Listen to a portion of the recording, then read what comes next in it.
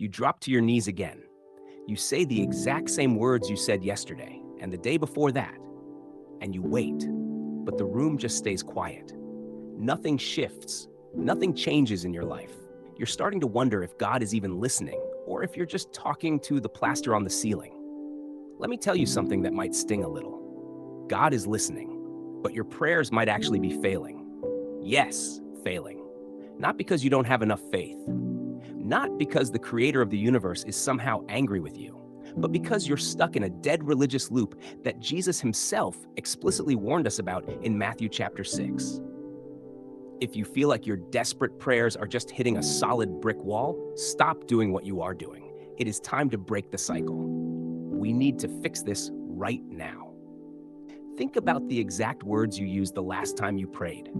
Did you sound like you were talking to someone who loves you?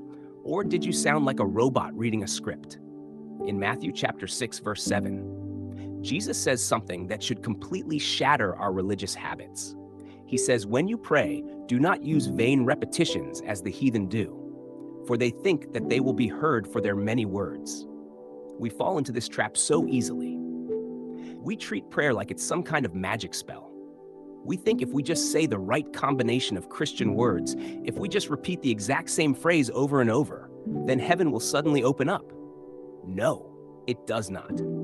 God is not a cosmic vending machine where you put in a quick prayer and get a miracle back. The very next verse hits even harder. Jesus tells us that your Father knows the things you have need of before you even ask him. He already knows. So why are you praying? Because prayer isn't about giving God a grocery list of your problems. It is about intimacy.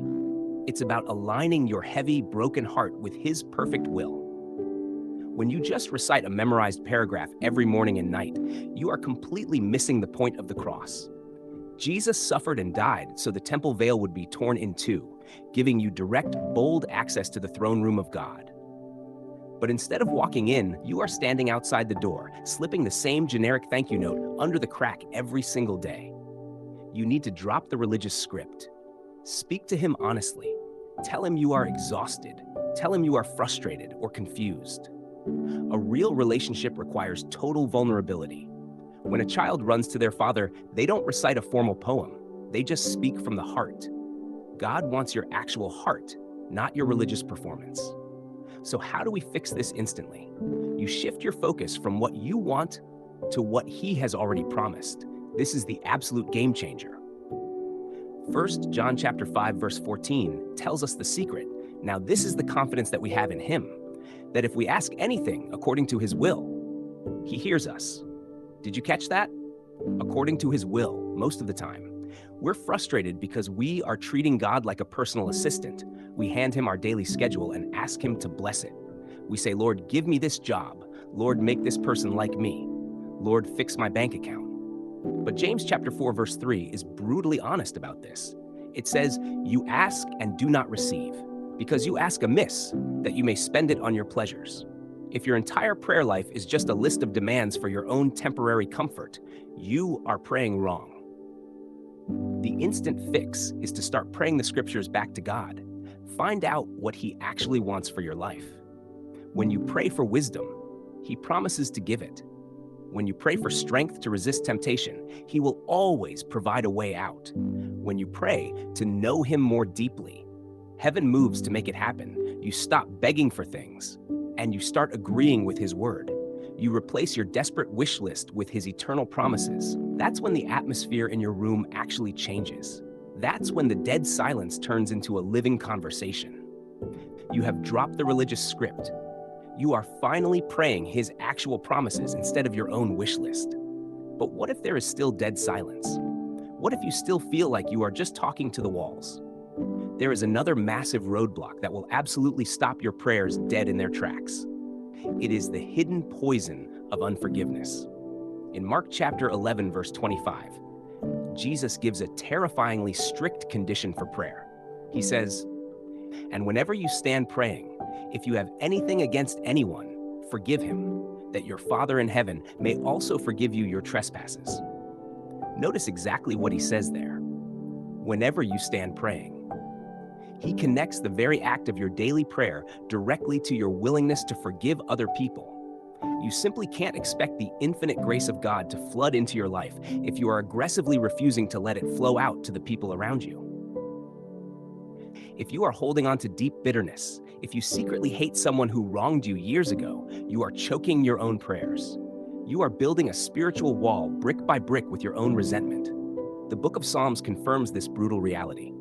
Psalm 66 verse 18 states clearly, "If I regard iniquity in my heart, the Lord will not hear." This isn't God being cruel or distant. This is God demanding a clean vessel.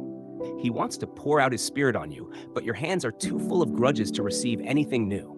So right now, before you ask him for another miracle or another breakthrough, you need to search your own heart.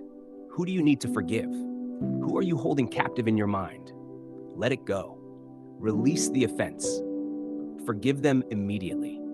Watch exactly what happens to the spiritual atmosphere in your room when that heavy rock of resentment is finally shattered. So you let go of the grudge. You started praying his actual promises. You dropped the religious formulas. But there is one final leak in your boat that will sink your prayer life every single time. It is doubt. You ask God to move, but you walk away from your room completely expecting failure. You ask him for peace, but you immediately go back to agonizing over your exact same problems. You are praying for a miracle while bracing for a disaster. James chapter 1 verses 6 and 7 give a brutal warning about this. It says, "But let him ask in faith, with no doubting. For he who doubts is like a wave of the sea driven and tossed by the wind. For let not that man suppose that he will receive anything from the Lord. Let not that man suppose he will receive anything." That is a massive statement. If you are double-minded, if you are begging God to step in while you are actively building your own secular backup plan because you do not actually trust him, you are wasting your breath. Faith isn't just a warm feeling inside your chest. Faith is an active stance. It means you pray for rain and you start carrying an umbrella. You can't come to the King of Kings with a plan B. You have to burn the ships. When you pray, you must absolutely believe that he is who he says he is. Hebrews chapter 11 verse 6 tells us clearly that without faith, it is impossible to please him. Impossible. So when you ask, believe it. Walk out of that room completely confident that the maker of the stars heard your voice. Change your posture. Stop talking like you're losing. Start acting like the answer is already on the way. Because if you align with his will and pray with raw faith, it absolutely is. Your prayers don't have to hit the ceiling anymore. The dead silence breaks the second you decide to change your approach. Drop the robotic script. Let go of the heavy grudges you've been carrying around. Start speaking his eternal promises instead of your own daily wish list. And step into his presence with absolute, unshakable faith. It will change everything instantly. So I have a serious question for you right now. What is the one specific habit you are going to change about the way you pray tonight? Tell me your thoughts in the comments.